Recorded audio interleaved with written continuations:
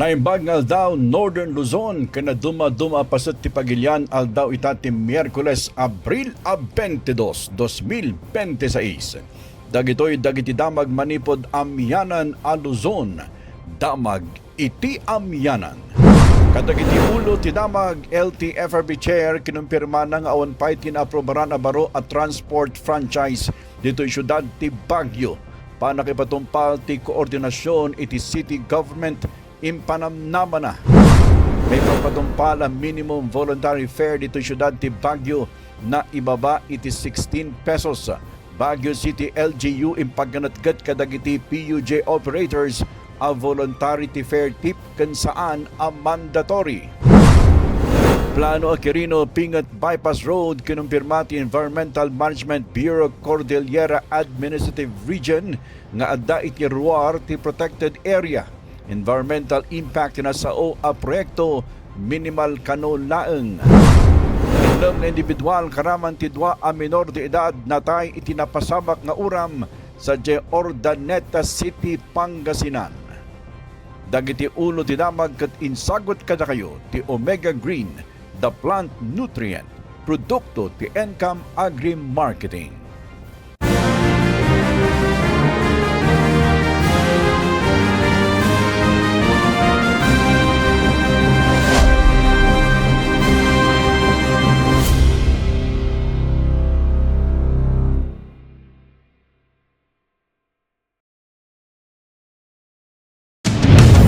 Abangan ang mga malalaking kaganapan sa Northern Luzon.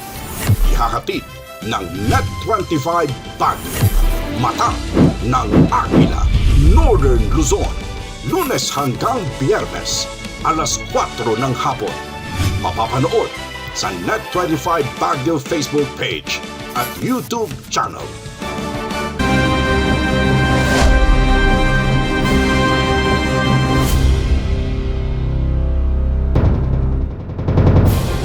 Iti detalye dagiti damag sinigurado ni Land Transportation Franchising and Regulatory Board Chairman Vigor Mendoza kani Baguio City Mayor Benjamin Magalong nga saan da nagparwar iti baro at transport franchise no awan tinaisayangkat nga umno a konsultasyon iti local government ti syudad. Imbatad ni Mendoza iti may sa amensay ni Magalong nga awan pa iti inaprobaran ti ahensya baro a franchise dito syudad. Karaman ti taxi manipod nagtugaw isuna iti pwesto iti Oktubre 2025. Kinuna ti LTFRB Chair at edisyon iti nasao abanag ket ibasarda iti ipaay nga endorsement ti City Government ti Baguio. Imbuna iti daytoy saan nga inanamungan ni Mayor Magalong ti panagsarak ti sagasot nga electric vehicle taxis dito syudad gapu iti kinaado ti taxi nga agbibiyahe dito syudad ken ti problema ti trapiko. Imanamong dagiti public utility jeepney groups iti syudad ti Baguio abawasan ti may patpatumpal a 20 pesos a minimum voluntary fare. Kinuna ni Engineer 4 Rodrigo Martinez ti City Engineering Office ang nakipatang dagiti representante ti syudad kan Land Transportation Franchising and Regulatory Board Cordillera Administrative Region kadagiti opisyalis jeepney associations iti syudad tapno pagtutungtungan ti maipapan iti voluntary fare. Nadakamat itinasao taripno agraman dagiti naawat da reklamo manipod commuters kadagiti daduma at jeepney drivers nga ipilit dati mandatory apan nakipatumpal ti fare hike imbes nga optional fare tip laeng saan ang mandatory fare hike. Impagganatgat dagiti opisyal kadagiti jeepney organizations maibaban ti 20 peso minimum voluntary fare kadagiti regular PUG units gapo iti panagbaban ti presyo ti produkto a petrolyo. Gapo iti daytoy immanamong dagiti PUG groups maibaba ti voluntary fare kadagiti traditional jeepneys iti 13 pesos ay hingga 16 pesos bayat adagiti modernized jeepneys kat 14 pesos ay hingga 18 pesos. Agtaltali na admat ti panakaipatumpal ti 20% discounts para kadagiti estudyante, senior citizens, kan PWDs. Inaw Ipalawag ti Environmental Management Bureau Cordillera Administrative Region nga adda iti ruar ti protected area. Ti plano road project nga agkonektar iti Quezon Hill Road 1 ken Magsaysay West Service Road. Iti surat nga impatulod ti EMB CAR Officer in Charge Regional Director Engineer Jean Borromeo kini Baguio City Vice Mayor Faustino Olowan kinunana at ti 218-meter road project nga adda iti nagbatan ti Pingat ken West Quirino Hill Barangay ken masarakan iti ruar ti protected areas. Sud gapuna asaan asakop dayto iti mandatory environmental impact assessment process iti SIDON ti Philippine Environmental Impact Statement System. Impalawag pa iti ahensya at tinasao a proyekto ket classified kas Category D. Kayat nasa uwan kat minimal, short-term, kan limitado laang ti agbalin nga epekto ti proyekto iti environment wenno aglawlaw. Inayon pa iti EMB CAR adag ito'y nga environmental impacts kat mabalin a solusyonan baaton iti standard mitigation measures karaman ti proper waste disposal, dust control, kat erosion management.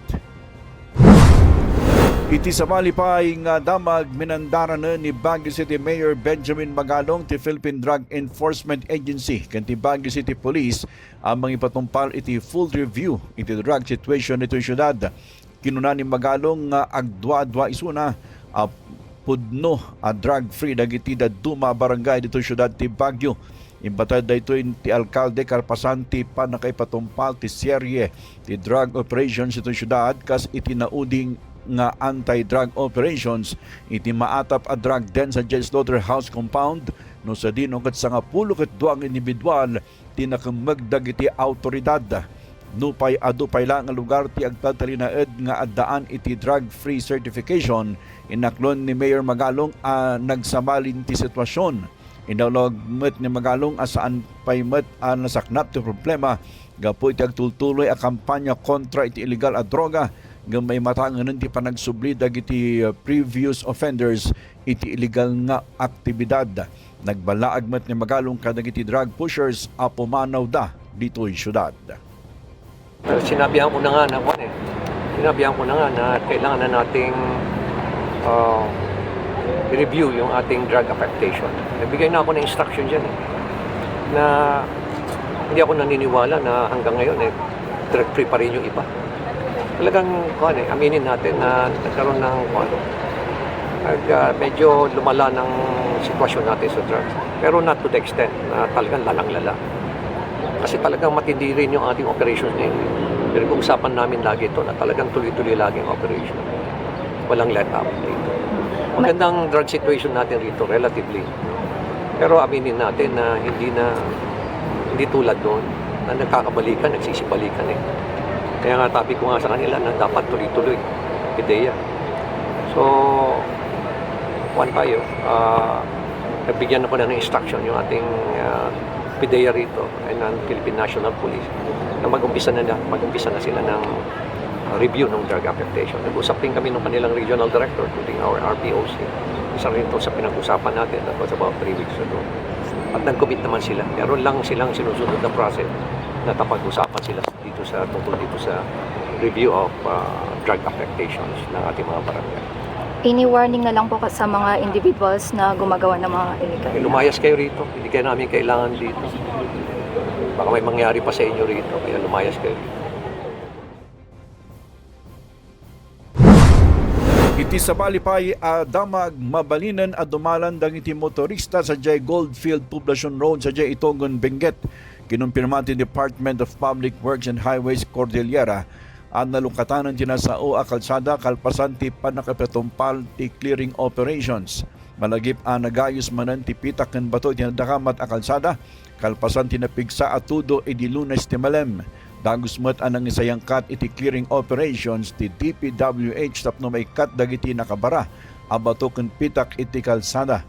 No pay ka sa nag-abiso ti DPWH kadagiti motorista nga naimbag nga aganad iti panagdalyasat iti nasaon lugar iti posibilidad a panagragaay ti dagaken bato manipod iti narbaa paset ti bantay. Dagiti sabali pay adamag kalpasan ti sumagmamano a palagip.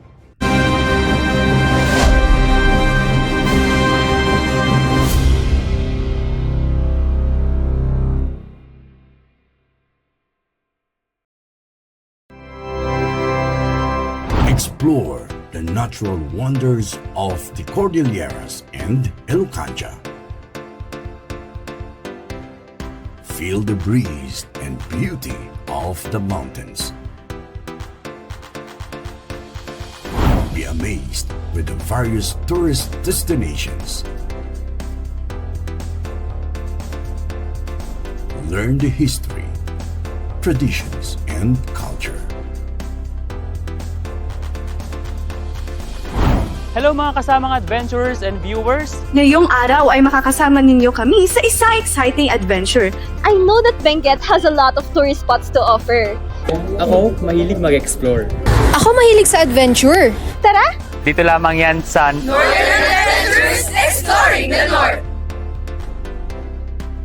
Northern Adventures, Exploring the North, every Sunday at 5 in the afternoon at Net25 Baguio Facebook page and YouTube channel.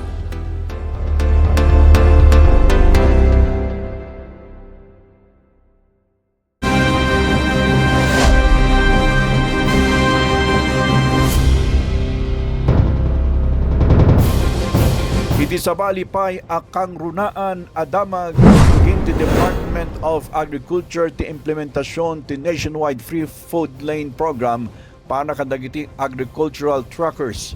Kinunan ni June Apostol, DA Nueva Vizcaya Experiment Station Chief, ang niruganan ti free food lane program accreditation para kadagiti agricultural food truckers kan delivery operators. Agtutuloy ti accreditation sa Jai DANVES sa Jai Bagabag kan sa Jai Nueva Vizcaya Agricultural Terminal iti Initi Bambang. Kinunati opisyal ang dagiti agricultural food truckers kan exempted iti toll fee manipod Abril 20 hanggang Mayo 20 iti agdama atawan na ito epektibo kadagiti DA accredited cargo vehicles.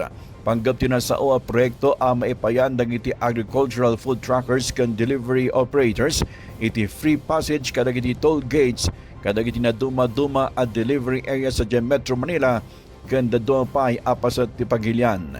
Ti free food lane program kat pasat ti inisyatiba ti gobyerno iti sidong ti state of energy emergency na indeklara ni Presidente Ferdinand Marcos Jr. tapno makatulong kadagiti umili iti epekto ti krisis kas epekto ti agtultuloy ariribok sa Jai Middle East. Nasurok iti 4,000 ang manalon iti mais ti naipaayan ti ayuda manipod Department of Social Welfare and Development Field Office 2 sa Syudad ti Ilagan, Isabela. Sigon iti DSWD, nasurok iti 40 milyon a pesos tinated a financial assistance kadagiti manalon na ipatumpal tinasao nga addaang kalpasan nga ideklara ti Provincial Government Isabela the state of calamity gapo iti nakaro at tika gwenno kinaawan ti danom ang maaramat iti irigasyon ang nakaapekto kadagiti manalon ti mais. Inayon pa iti DSWD at dagiti na ipayan iti tulong kat na ipasidong iti naingat nga assessment ti City Agriculture Office. Kabiyanan na may isang epektibo a solusyon kadagiti agdama ang hamon ti sektor ti agrikultura ti makunkunang ultimate friend of farmers ti Omega Green Foliar Fertilizer. Sigon kani Encam Agri-Marketing President and CEO Jenver Kimbungan, ti Omega Green kat may saa plant nutrition solution kat epektibo iti panangipaay iti kasapulan ang nutrients kada iti mula kat nalaka ang maabsorb dagiti mula anatang ken prutas. Pinanagnakan mo't dagiti manalon ang nagaramat iti nasao plant nutrient ang naimatangan dati na pimintas a root development wenno panagramot dagiti mula da isungan nalaka ang makasipsip iti sustansya manipod iti daga. Manipod iti nag-usarak na ito Omega Green nga rito may piman iti mula nalaka nga lumangto tapos jay mulam katkwa green na green piman jay bulong na ngay sa ko nga jay basta na nga glabong piman kat napaspas ano jay pipino talaga nga maalam jay days na no kas ano ka nga jay 15 days nga talaga kat masasarado ano nito nga may piman dito Omega Green nga rito Iti damag nem a tao karaman ti dua a menor de edad tinatay tinapasamak a puor iti maysa residential area sa Ordaneta City, Pangasinan. Sigon iti Pangasinan Provincial Police dua a balay tinauram sa Zone 2 Barangay Nankayasan itinadakamat a syudad. Dagiti biktima ket maysa a 72 anyos a babae, maysa 59 anyos a babae, dua a lalaki nga ag-edad 40 ken duang ubing a babae nga edad 10 ket maysa. Nang rugiti uram alas 2 ti parbangon ken naideklara a fire out alas 4:49 ti agsapa. Agtutuloy pa lang ti investigasyon ti Bureau of Fire Protection no anya tinagtaudan tinapasamak nga uram. Nakamag ti may maatap at tulak ti ilegal a droga iti naisangkat nga operasyon ti Pulisya ken Philippine Drug Enforcement Agency Region 2 Office sa Kawayan City, Isabela. Naipatumpal ti drug buy-bust operation sa Barangay San Fermin itinadakamat nga ili.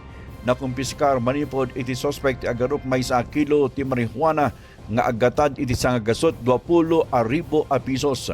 Sigon iti pulisya ti suspect ang nabigbigla ang iti alias nga Ed ket agup operate iti syudad ti Kawayan. Naidatagan iti kaso pananglabsing iti Comprehensive Dangerous Drugs Act of 2002 tinadakamat as suspect.